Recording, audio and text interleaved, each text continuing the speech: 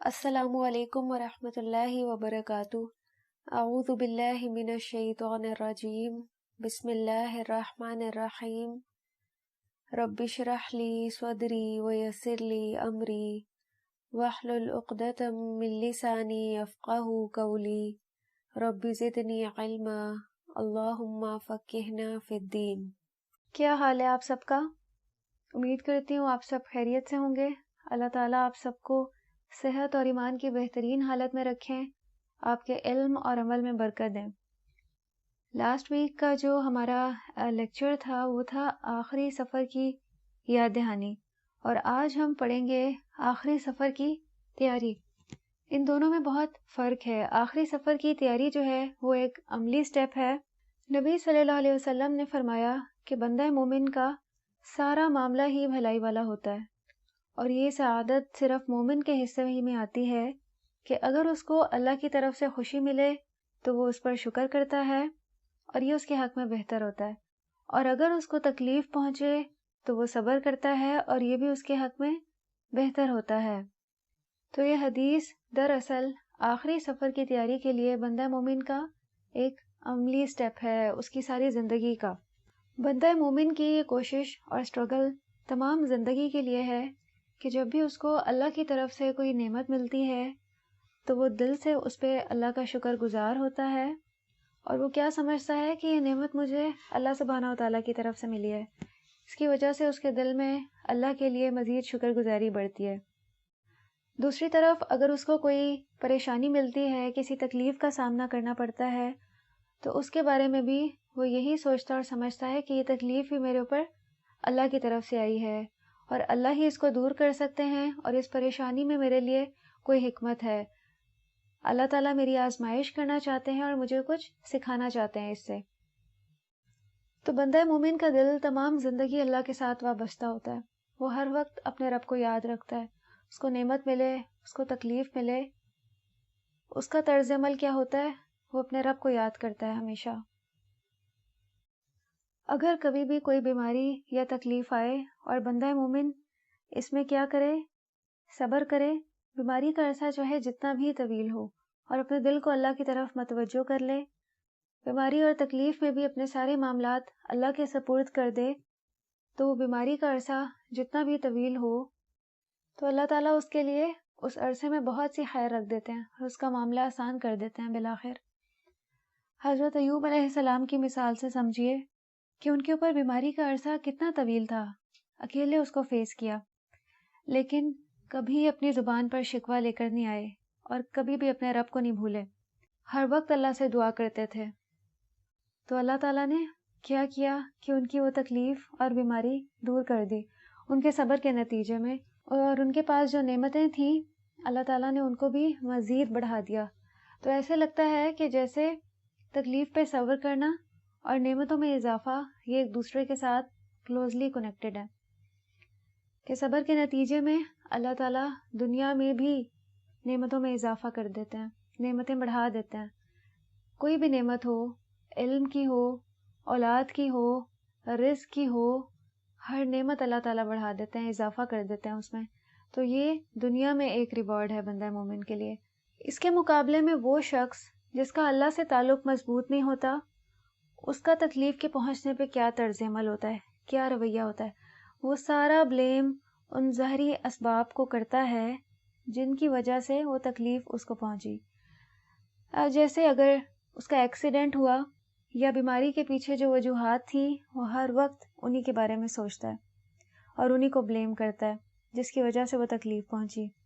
اور پھر اس کا دل بھی بے چین رہتا ہے، اور شیطان اس کے دل میں مزید وسوسے اور خوف پیدا کرتا ہے۔ اس کے برعکس اگر یہ سوچا جائے کہ یہ تکلیف جو مجھے پہنچی ہے یہ اللہ کی طرف سے آئی ہے، میرے مقدر میں تھی، تو پھر دل بھی اس پہ مطمئن ہو جاتا ہے۔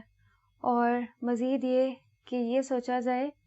کہ یہ تکلیف جو مجھے ملی ہے اس کو دور بھی اللہ ہی کی ذات کر سکتی ہے، اور اللہ کی رضا میں راضی انسان شکوے شکایات نہیں کرتا، وہ شکوے شکایات سے بہت دور ہوتا ہے، وہ اپنی زبان پہ ہمیشہ اللہ کی شکر گزاری لانے کی کوشش کرتا ہے،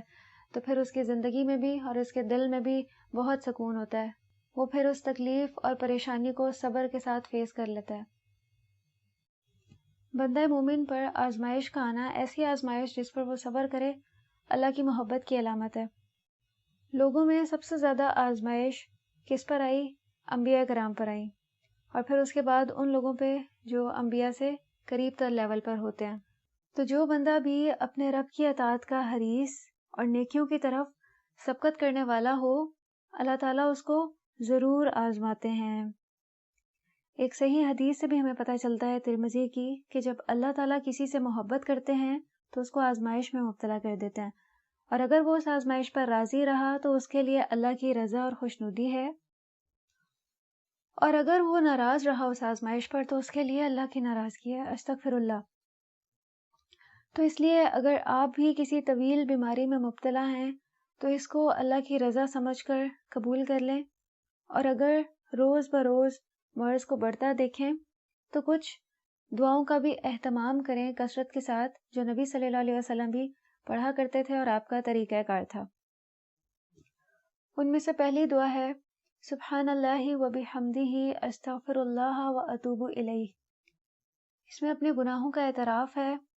اور سچی توبہ ہے۔ گناہوں کا اعتراف بھی آزمائش کو دور کر دیتا ہے، تو اس لیے بیماری میں کثرت سے اللہ کے حضور استغفار کرنی چاہیے۔ اور دوسری دعا جو نبی صلی اللہ علیہ وسلم پڑھتے تھے، اللہم اغفر لی وارحمنی والحقنی بالرفیق الاعلی، کہ اللہ مجھے بخش دے، مجھ پہ رحم فرما اور مجھے رفیق اعلیٰ یعنی اپنے ذات بلند سے ملا دے۔ یہی نبی صلی اللہ علیہ وسلم کا آخری کلام بھی تھا۔ بیماری میں انسان اللہ تعالیٰ کے زیادہ قریب ہوتا ہے، تو وہ جو دعائیں بھی مانگتا ہے وہ سنی جاتی ہیں، اس لیے کثرت سے دعائیں مانگنی چاہیے اور کثرت سے استغفار بھی کرنی چاہیے۔ اور ایک چیز جو بیماری اور تکلیف میں بہت ہی ناپسندیدہ ہے اور اللہ کو پسند نہیں، وہ ہے غم اور افسوس، یعنی بہت ہی نا امید ہو جانا، بہت کمزور پڑ جانا، اور یہ سوچنا کہ اچھا پہلے تو بہت تندرستی تھی اور اب اچانک سے کیا ہونے لگا ہے، اور اس طرح کی سوچ عموماً ڈپریشن کی طرف لے جاتی ہے، اور ڈپریشن میں مبتلا ہو کر اپنی تمام عبادات، اچھے کاموں سے غافل ہو جانا، یہ بندہ مومن کا طرز عمل نہیں ہے۔ نبی صلی اللہ علیہ وسلم بہت کثرت سے غم اور پریشانی سے بچنے کی دعا مانگا کرتے تھے، اور وہ دعا کچھ یوں ہے، اللہم انی اعوذ بک من العجز والکسل والجبن والبخل والحرم والقسوہ والغفلۃ والعیلۃ والذلۃ والمسکنہ، کہ اے اللہ میں عاجزی، سستی، بزدلی، بخل، انتہائی بڑھاپے، سخت دلی، غفلت، تنگ دستی، ذلت اور ناداری سے آپ کی پناہ چاہتا ہوں۔ ہمیں بھی روز یہ دعا مانگنی چاہیے، کیونکہ کئی بار اس دعا میں غفلت اور سستی کا ذکر ہے نا، اس سے پناہ مانگی گئی ہے، تو کئی بار غفلت اور سستی کے نتیجے میں بھی آزمائش آ جاتی ہے بندہ مومن کی اصلاح کے لیے، تاکہ وہ اپنے اس طرز عمل سے باز آ جائے۔ تو یہ کیا ہے؟ یہ تمام چیزیں تیاری میں شامل ہیں کہ ان کو ہم اپنے روٹین میں شامل رکھیں تو اللہ تعالیٰ اس کی برکت سے ہمیں آزمائش سے بچا لیں گے۔ آپ اپنی پچھلے زندگی پہ نظر ڈال کے دیکھیے کہ اگر آپ کو کسی تکلیف کا، کسی پریشانی کا، کسی بیماری کا سامنا کرنا پڑا اور آپ نے اس پہ کیا کیا؟ صرف غم کیا، صرف غم کیا کہ یہ بیماری اور تکلیف مجھے کیوں ہوئی ہے، مجھے اس پریشانی کا سامنا کیوں کرنا پڑا، صرف غم کیا، تو کیا آپ کو اس کا کچھ بھی فائدہ ہوا؟ ذرا سوچئے، کوئی ایک فائدہ۔ پریشانی میں غم کا کوئی بھی فائدہ نہیں ہوتا، صرف وہ غم اور مصیبت میں اضافے کا سبب بنتی ہے اور کچھ بھی نہیں،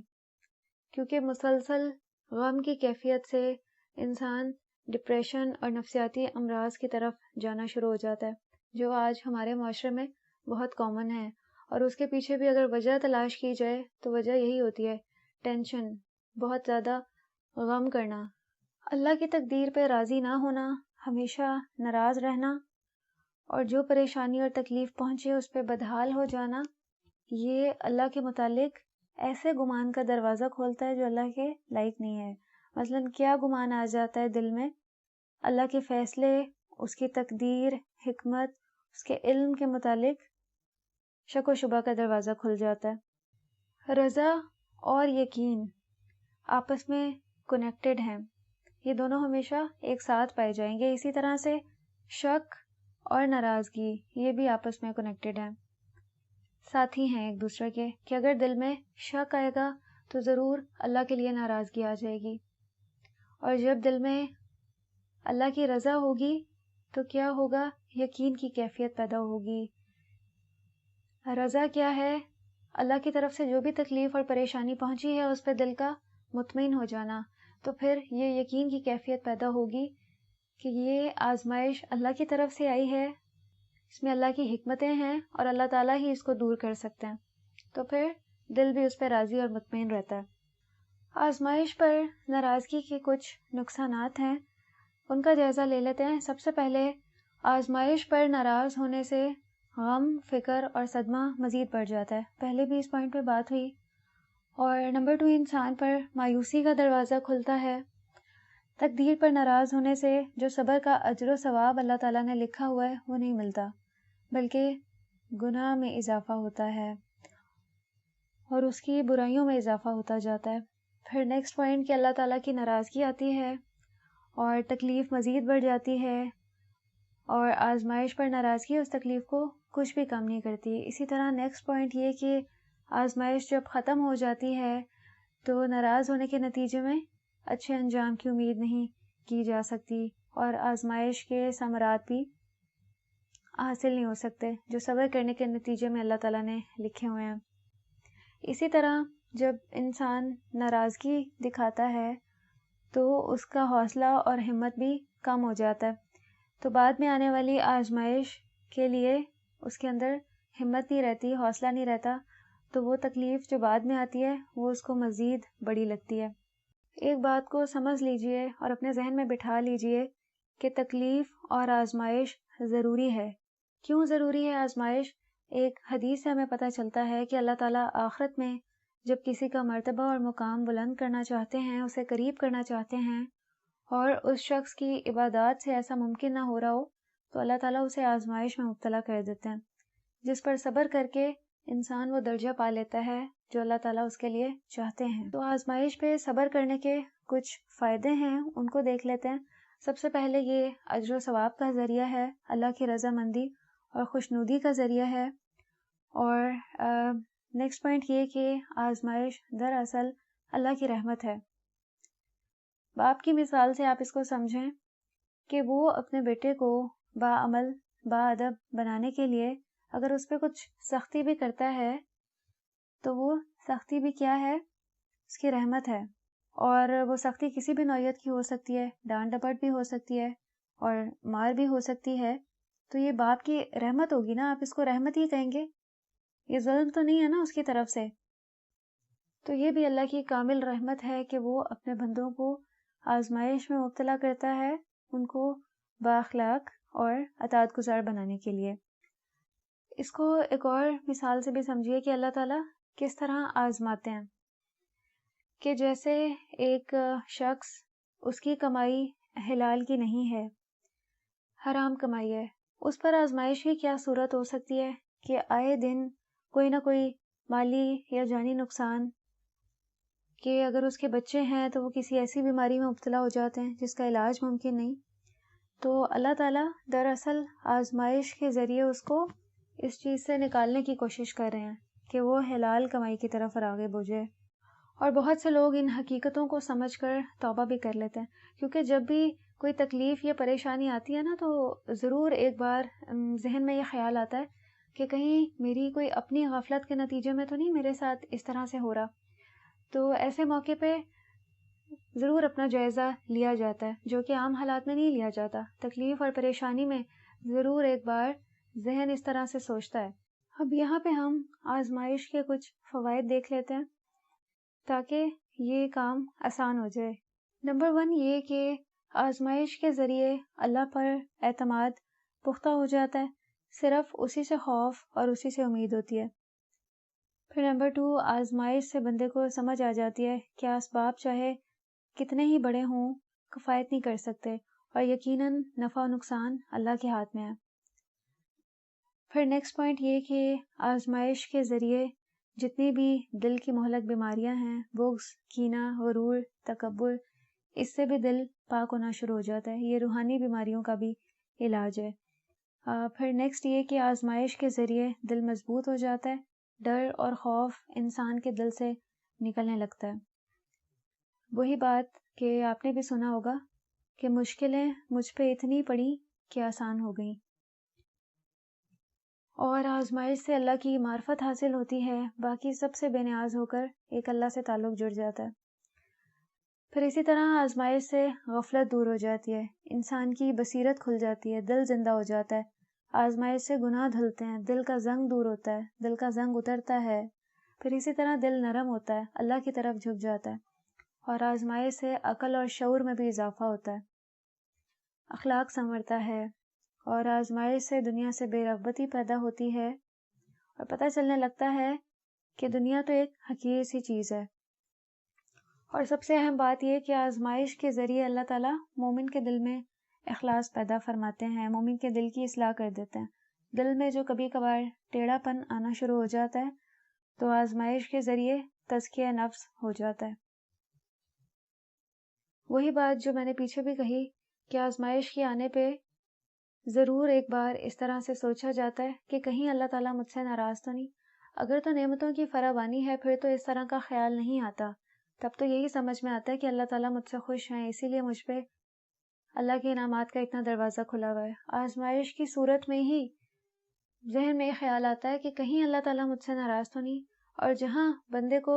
یہ فیلنگز آ گئی کہ اللہ تعالیٰ مجھ سے ناراض ہیں تو وہیں سے وہ اپنی اصلاح کرنا شروع کر دیتا ہے، پھر وہ اپنے دل کی بھی اصلاح کرتا ہے، اپنے دل میں اخلاص پیدا کر لیتا ہے اللہ کے لیے، اپنے اللہ کے ساتھ تعلق مزید بہتر کر لیتا ہے، اگر اس کے اخلاق میں کچھ کمیاں ہیں تو وہ ان کمیوں کو دور کرنے کی کوشش میں لگ جاتا ہے، تو جہاں اس کو وہ پوائنٹ سمجھ میں آ جائے کہ میرے اندر یہ کمی ہے جو اللہ کی ناراضگی کا سبب بن رہی ہے، تو وہ ضرور پھر کوشش کرتا ہے اس کو دور کرنے کی۔ یہاں ایک اور پوائنٹ ہم ڈسکس کریں گے کہ تکلیف سے کس صورت بچا جا سکتا ہے۔ بہت سی تکالیف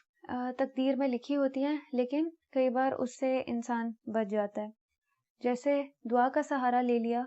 گھر سے نکلتے ہوئے دعا پڑھی تو وہ جو تکلیف لکھی ہوئی تھی وہ دور ہو گئی، یا صدقہ کیا، صدقہ بھی کیا کرتا ہے، آنے والی بلا اور تکلیف کو دور کر دیتا ہے۔ جیسے وہ میں نے بات کی کہ گھر سے نکلتے ہوئے دعا پڑھی، تو ہر انسان کے ساتھ دو فرشتے ہوتے ہیں جو ہر چیز سے اس کی حفاظت کرتے ہیں، جیسے انسانوں کے شر سے، اور بھی جتنی شر دینے والی، تکلیف دینے والی مخلوق ہے، جیسے جانور ہو گئے، ان سے حفاظت کرتے ہیں، لیکن جس تکلیف کا حکم تقدیر میں لکھا ہو کہ اس سے انسان نہیں بچ سکتا، اس میں فرشتے اس سے الگ ہو جاتے ہیں، اس کی حفاظت نہیں کرتے۔ تو اس لیے صبح اور شام نبی صلی اللہ علیہ وسلم جو عافیت کی دعائیں پڑھا کرتے تھے، ہمیں بھی ان دعاؤں کو ضرور پڑھنا چاہیے۔ اس کے ذریعے کیا ہوتا ہے، تکلیف، آنے والی تکلیف ٹل جاتی ہے۔ اور ایک اور چیز تکالیف اور آزمائشوں سے بچنے کے لیے کہ بچپن سے ہی اور خاص طور پہ جوانی میں حدود اللہ کی حفاظت کی جائے۔ جو اللہ کی حدود کی حفاظت کرتا ہے پھر اللہ تعالیٰ اس کی بھی حفاظت کرتے ہیں، تکالیف سے بھی اس کی حفاظت کرتے ہیں، اور بڑھاپے میں جبکہ قوتیں کمزور پڑ جاتی ہیں، ذہنی قوتیں بھی اور جسمانی قوتیں بھی، اللہ تعالیٰ اس وقت میں بھی اس کی حفاظت کرتے ہیں۔ اللہ تعالیٰ کیا کرتے ہیں کہ ایسے وقت میں جو بہت زیادہ بڑھاپا ہوتا ہے، آپ کی انرجیز بہت ویک ہو جاتی ہیں، لیکن اللہ تعالیٰ ان کو سلامت رکھتے ہیں، جیسے کان، آنکھ اور قوت کے جو ذرائع ہیں، عقل جن کے ساتھ فائدہ پہنچ سکتا ہے، اللہ تعالیٰ ان کو سلامت رکھتے ہیں۔ ایک عالم دین جن کی عمر 100 سال سے بھی زیادہ تھی، ان کو اللہ تعالیٰ نے بڑی قوت دے رکھی تھی، تو اور ان کے ہوش و حواس بھی بحال تھے۔ ان سے ایک دن پوچھا گیا کہ اس کی کیا وجہ ہے، جبکہ اس عمر میں تو آپ کے حواس اور آپ کی انرجیز بہت کمزور ہونا شروع ہو جاتی ہیں۔ تو انہوں نے اس کا جواب دیا کہ میں نے بچپن سے اپنے اعضاء کو اللہ کی نافرمانی سے بچایا ہے، تو اس لیے اللہ نے بڑھاپے میں ان اعضاء کو سلامت رکھا ہوا ہے۔ تو یہ ایک بہت بڑا فیکٹر ہے۔ جو شخص بھی اللہ کی اطاعت میں اپنی زندگی گزارتا ہے تو اللہ تعالیٰ اس کو پھر ہر چیز سے فائدہ پہنچانا شروع کر دیتے ہیں، اس کی زندگی میں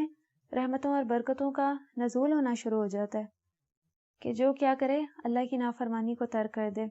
اللہ تعالیٰ اس کو اس کی مال سے، اس کی اولاد سے، اس کے گھر والوں سے نفع پہنچانا شروع کر دیتے ہیں۔ اس کے برعکس وہ انسان جو اللہ کی نافرمانی میں اپنی زندگی گزارتا ہے وہ ہر وقت پریشان رہتا ہے، اس کو مخلوق سے بھی نقصان پہنچتا ہے اور کئی بار اپنے گھر والوں کی طرف سے بھی تکلیف کا سامنا کرنا پڑتا ہے، جن سے فائدے کی امید ہوتی ہے، فائدے کا امیدوار ہوتا ہے انسان۔ جیسا کہ بعض سلف صالحین کا بھی کہنا ہے، وہ کہا کرتے تھے کہ جب بھی اللہ کی اطاعت کی طرف سے تھوڑی سی بھی غفلت ہوتی ہے تو اس کے ثمرات خادم اور جانور کی عادات میں نظر آنے لگتے ہیں کہ وہ بھی نافرمان بن جاتے ہیں۔ آزمائشوں کے آنے کی ایک وجہ گناہ ہے، گناہوں پہ بھی کثرت سے توبہ کرتی رہنی چاہیے۔ ایسا نہیں ہے کہ تکلیف آئے پھر ہم توبہ کریں کہ کہیں یہ ہمارے گناہوں کی وجہ سے تو نہیں آئی۔ نبی صلی اللہ علیہ وسلم نے گناہوں سے بچنے کی جو دعائیں سکھائی ہیں وہ ہماری روٹین میں ہونی چاہیے تاکہ اس کی برکت سے اللہ تعالیٰ ہمیں آزمائشوں سے محفوظ رکھیں۔ اور اللہ تعالیٰ کی حفاظت کی ایک صورت یہ بھی ہے کہ موت کے قریب انسان کے جو حواس ہیں وہ اس طرح سے کام نہیں کر رہے ہوتے جس طرح سے پہلے صحت کی حالت میں ہوتے ہیں، تو اس وقت میں بھی جو اللہ کا خالص اور مخلص بندہ ہوتا ہے اللہ تعالیٰ اس کے دین کی، اس کے ایمان کی حفاظت کرتے ہیں، اس کو اس وقت میں بھی مددگار دے دیتے ہیں کہ جن کی وجہ سے اس کا دین محفوظ رہے، جو اس کی مدد کریں، اس کے کام کو سیدھا رکھیں۔ تو اس لیے اگر قریب موجود لوگ روز بروز کسی کی بیماری یا مرض بڑھتا دیکھیں تو اس وقت میں اس کے نزدیک اس شخص کو رہنے کا موقع دینا چاہیے جس کی رفاقت اس کو اپنی زندگی میں بہت محبوب رہی ہو، جس کو وہ اپنے حق میں پرخلوص سمجھتا ہو۔ جیسا کہ نبی صلی اللہ علیہ وسلم بھی آخری وقت میں اپنی زوجہ حضرت عائشہ رضی اللہ عنہا کے مکان میں رہے تھے اور اپنے آپ آخری لمحات تک وہیں پہ رہے۔ اس کا فائدہ یہ ہوتا ہے کہ جس کے ہم قریب ہوں، جس کے ساتھ ہمارے خیالات بھی ملتے ہوں تو ان کی بات بھی ہم مانتے ہیں، اس کو اہمیت دیتے ہیں۔ تو اس لیے اگر کسی کا لین دین یا کوئی حق ہمارے ذمہ ہے تو ایسے موقع پہ وہ شخص اس کے بارے میں صحیح وصیت ہمیں کر دے گا یا ہماری اصلاح کر دے گا۔ اچھا، اللہ کے نبی صلی اللہ علیہ وسلم جو اللہ کے سب سے زیادہ قریب تھے، جب آپ کا آخری وقت قریب آیا تو آپ کو کس بات کی فکر ہو رہی تھی؟ کہ ایک حدیث سے ہمیں پتہ چلتا ہے کہ نبی صلی اللہ علیہ وسلم کے پاس 6 یا 7 دینار تھے جب آپ بہت بیمار ہوئے، تو آپ نے حضرت عائشہ رضی اللہ عنہ کو حکم دیا کہ ان کو تقسیم کر دو۔ وہ کسی وجہ سے بھول گئیں، تو آپ نے پھر ان سے پوچھا کہ کیا وہ صدقہ کر دیے ہیں؟ تو حضرت عائشہ رضی اللہ عنہ نے جواب دیا کہ مجھے تو آپ کی بیماری نے مشغول کر دیا اور میں بھول گئی۔ تو آپ صلی اللہ علیہ وسلم نے وہ دینار منگوائے اور ان کو اپنی ہتھیلی پر رکھا اور فرمایا کہ کیا خیال ہے کہ اللہ کا نبی اللہ تعالیٰ کو اس حال میں ملے کہ یہ دینار اس کے پاس ہوں؟ ان کو اس بات کی فکر تھی کہ ان کے پاس جو بھی سرمایہ ہے وہ ان کی زندگی میں ہی آگے پہنچ جائے، آخرت کا جو بینک ہے، بینک اکاؤنٹ ہے، اس میں جمع ہو جائے، دنیا کے بینک میں نہ رہ جائے، کیونکہ جو دنیا کے بینک میں رہ گیا وہ تو پچھلوں کے لیے ہے، اس کا فائدہ تو پچھلوں کو ہوگا، وہ ہمیں آخرت میں فائدہ نہیں پہنچائے گا۔ ہمیں تو آخرت میں وہ فائدہ پہنچائے گا جو ہم زندگی میں ہی اپنے آخرت کے اکاؤنٹ میں جمع کرا دیں، وہ ہمیں وہاں پہ نظر آئے گا۔ اسی طرح موت کے قریب شخص کے پاس شور اور ہنگامے سے بھی پرہیز کرنا چاہیے کیونکہ اس سے اسے اذیت پہنچتی ہے۔ نبی صلی اللہ علیہ وسلم کی وفات سے بھی 4 روز قبل کسی اختلافی مسئلے پر جب لوگوں کا شور بلند ہونے لگا تو آپ نے ان سے کیا فرمایا کہ میرے پاس سے اٹھ جاؤ۔ ایسے موقع پہ ہی آپ نے ان کو وصیت فرمائی تھی کہ کتاب و سنت کو مضبوطی سے پکڑے رہنا، اس کو ترک نہ کرنا۔ اسی طرح آخری عبادت اور آخری عمل پہ بھی کچھ بات کرتے ہیں کہ قریب المرگ اگر زندگی کی آخری گھڑیوں میں اللہ تعالیٰ کی عبادت میں مشغول ہونا چاہتا ہے، نماز ادا کرنا چاہتا ہے، تو اس کو وضو کرانے میں یا نماز ادا کرنے میں اس کی مدد کرنی چاہیے۔ نبی صلی اللہ علیہ وسلم بھی وفات سے 13 یا 14 دن پہلے ان کو جب اپنی طبیعت میں کچھ بہتری محسوس ہوئی تو آپ 2 آدمیوں کے سہارے چل کر نماز ظہر کے لیے مسجد تشریف لائے، اور آپ نے حضرت ابو بکر رضی اللہ عنہ کو نماز پڑھاتے دیکھا تو آپ نے ان کو اشارہ کیا کہ وہ ادھر ہی کھڑے رہیں۔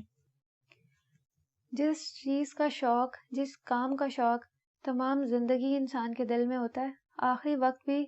وہی شوق دل میں گردش کر رہا ہوتا ہے، وہی خیالات دل میں آ رہے ہوتے ہیں۔ ہم اپنا جائزہ لیں کہ ہماری مصروفیات کیا ہیں آج، کہ ہم نے نماز میں دل لگا رکھا ہے، کیا نماز ہماری آنکھوں کی ٹھنڈک کا باعث ہے؟ اگر ہم نے نماز میں دل لگا رکھا ہے